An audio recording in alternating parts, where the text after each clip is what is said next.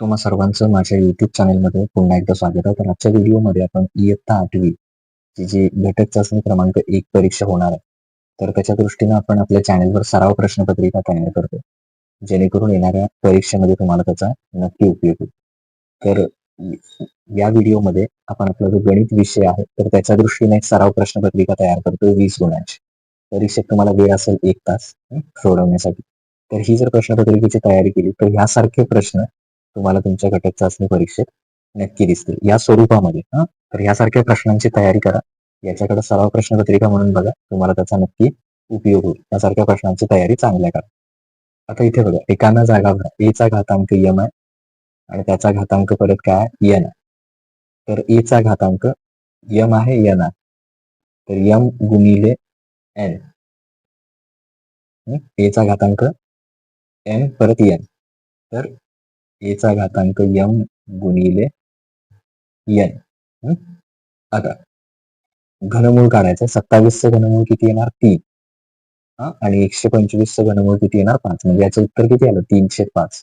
वरती काय आलं, ए च्या घातांकात काय लिहायचं यम गुणिले एन.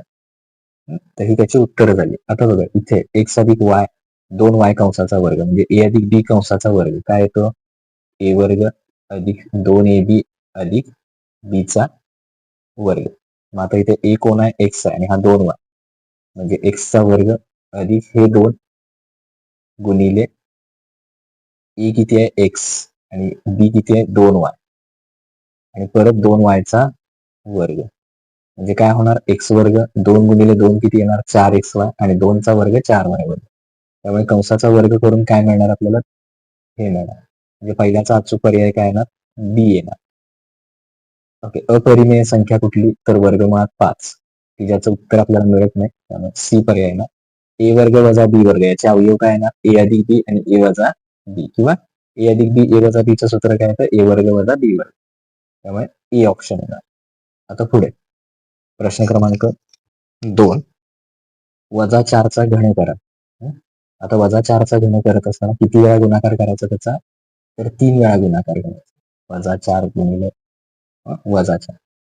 तर इथे 4 गुणिले 4 केले 4 चौक 16 वजा वजा अधिक परत गुणिले 4 आहे 16 चौक 64 अधिक आणि वजा काय येणार वजा 64.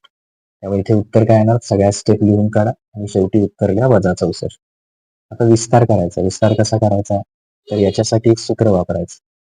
एका कंसामध्ये ए वजा बी असेल आणि एका कंसामध्ये ए अधिक बी असेल तर त्याचं उत्तर काय येतं सॉरी इथे थोडस वेगळं आहे सॉरी ए वजा बी एका कंसामध्ये असेल आणि दुसऱ्या कंसामध्ये एच आहे फक्त ए अधिक बी आणि ए अधिक सी असं लिहूया आपण किंवा इथे तुमच्या पुस्तकामध्ये एक्स आहे त्या एक्सचा उपयोग करा एक्स अधिक ए दुसऱ्या कंसामध्ये एक्स अधिक बी तर त्याचं उत्तर काय येतं एक्स वर्ग अधिक ए अधिक बी त्याला एक्स जोडायचा अधिक ए गुणिले बी. तर हे सूत्र पहिल्यांदा तुम्ही लिहून घ्या. आता त्या सूत्रात किमती टाकायच्या म्हणजे पुढची स्टेप हे उत्तर हे लिहून घ्यायचं त्याच्या पुढे असं लिहायचं बरोबर पहिला ते सूत्र लिहायचं.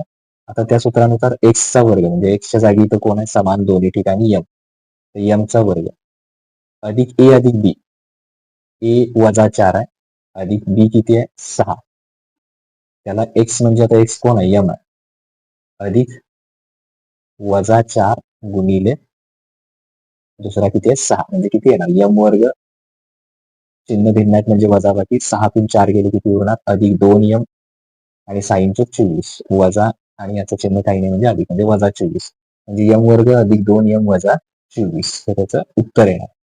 आता अवयव पाडायचे तर अवयव कसे पाडणार याचे 144 चे 24 मध्ये तर 12 आणि 12 किती येणार 24 आणि 12 गुणिले 12 144 म्हणजे याचे अवयव कसे लिहिणार याचं उत्तरामध्ये लिहायचं वाय वर्ग अधिक 12y अधिक 12y अधिक 144 दोन दोनचे गट करायचे आणि ते दोन दोनचे गट केल्यानंतर इथे वाय सामायिक काढला आपण तर काय राहणार वाय अधिक 12 परत 12 सामायिक काढणार वाय अधिक 12 दोन्हीकडे समान कोणाला वाय अधिक 12 आणि मग राहिलेला कोण आहे इकडं हे दोघं वाय अधिक 12 दुसरा कंस पण तोच आहे ना वाय अधिक 12 तर हे त्याचे अवयव येणार, हा पहिला आणि हा दुसरा. आता रेषा यल काढायची आणि त्याला रेषेबाहेर टी बिंदू घ्यायचा आणि त्यातून जाणारी समांतर रेषा काढायची. याच्यामध्ये काय करा, 22ला 7ने भागा आणि किती उत्तर येतं ते दशांश रूपात लिहा.